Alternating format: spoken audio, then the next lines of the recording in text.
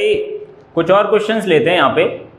Term independent of x, मतलब general term का जो एप्लीकेशन है उस पे बेस्ड कुछ और क्वेश्चंस लेते हैं हम लोग जेईई मेन के। तो एक क्वेश्चन यहाँ पे है, if the term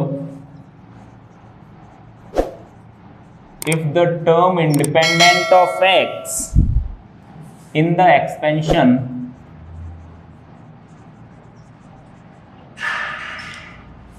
इसके एक्सपेंशन में बोला इन्होंने root A X square plus 1/2x cube की power 10 is 105 then A square. A square की वैल्यू उन्होंने यहाँ पे पूछा है और ऑप्शंस दिए 2, 4, 6, 9, है ना। ये कुछ ऑप्शंस पूछे ना, तो वही इंडिपेंडेंट ऑफ एक्स पे बेस्ड हमारा ये आई थिंक थर्ड क्वेश्चन है। तो उसके लिए हम लोग जनरल टर्म लिखते हैं पहले। What is general term? 10 CR second वाले टर्म की पावर r और फर्स्ट वाले टर्म की पावर 10 - r। फिर इसके बाद सिंप्लीफाई, इस r को दे दो, 2 को भी दे दो और x को भी दे दो। यहाँ पे 2 raised to power x raised to power 3r, और यहाँ पे ये 10 - r जो है ये रूट a की पावर में भी है और x की पावर में भी है। फिर इसके बाद आप चाहोगे जितनी भी x हैं सब एक साथ आ जाएं, तो इनमें से क्या करा मैंने, ये x की पावर 3r को हटा के -3r कर दिया और इसकी पावर को उठा के करना है आपको 0 के साथ इक्वेट। तो 20 - 5r = 0, मतलब r की वैल्यू आपके पास आ चुकी है 4। This means fifth term will be the term independent of x। r की वैल्यू उठा के आप यहाँ पे डालो उसी एक्सप्रेशन में। तो this is 10c4 1/2 raised to power 4, जहां जहां r है वहां वहां 4 डाल दो। Root a raised to power 6, ये तो वैसे भी खत्म हो जाना क्योंकि आपने इसको वैसे भी खत्म किया था। ये दे रखा है इन्होंने 105, है ना। तो 10c4 को आप एक्सपेंड कर सकते हो 987/4 फैक्टोरियल 1/2 raised to power 4 ये था ही। रूट a की पावर 6 को आप लिख सकते हो a raised to power 3, क्योंकि रूट a होता है a raised to power ½ उसकी पावर 6। अब थोड़ा सिंप्लीफाई करते हैं यहाँ पे। 4 2 से ये खत्म, 3 3 9, तो a क्यूब की यहाँ से जो वैल्यू आएगी 105 × 2 raised to power 4 cross multiply में डिवाइड बाय 10 × 3 × 7, दिस इज 10। 7 × 3 कितना होता है 21। 21 से ये 5 टाइम्स, 5 से ये 2 टाइम्स, तो बचा यहाँ पे 2 raised to power 3, मतलब a की वैल्यू आ चुकी है 2। उन्होंने पूछा है a स्क्वायर, तो what will be a square? a square is 4। ये भी आसान क्वेश्चन है इस साल 2024 का, है ना। अब थोड़ा सा अलग कॉन्सेप्ट पे लेते हैं, जो मैंने आपको स्टार्टिंग में सिखाया था कि कोई भी टर्म अगर लिखना हो किसी भी बाइनोमियल एक्सपेंशन में तो हम कैसे लिख सकते हैं उसको। तो एक थोड़ा सा क्वेश्चन और देखते हैं, थोड़ा सा अलग, but application of general term ही है still.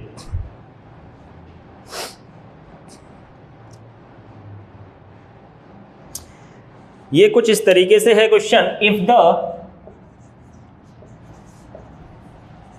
If the second, third and fourth,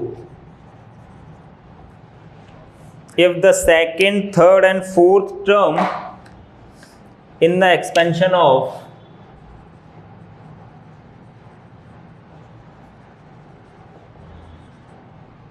x plus y raised to power 9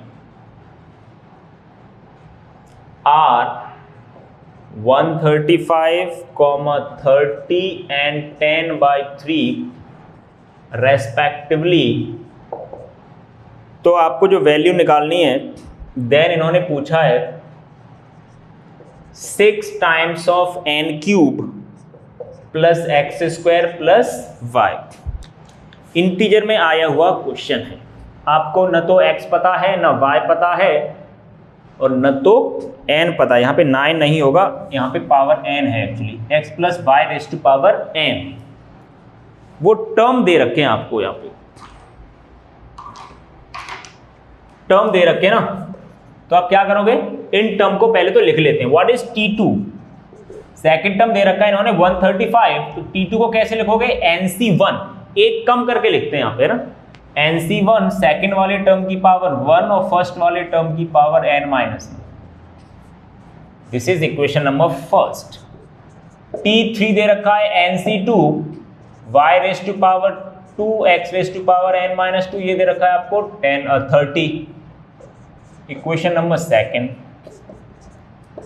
T4 दे रखा है NC3 Y cube x raise to power,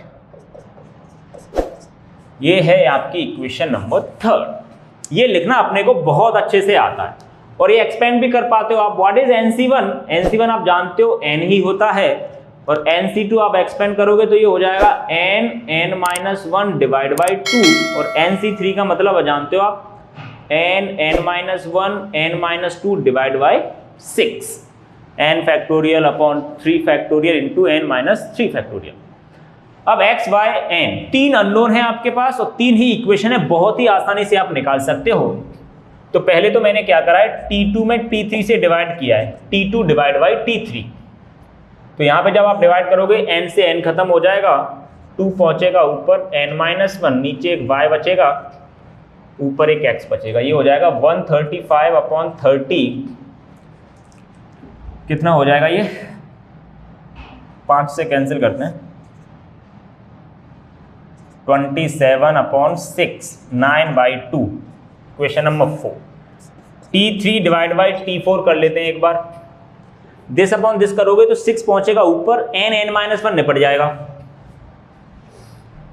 तो 6 डिवाइड बाई 2 n-2, एक y बचेगा, एक x ऊपर बचेगा, ये हो जाएगा आपका 30 अपॉन 10/3, वो 3 पहुंचेगा ऊपर।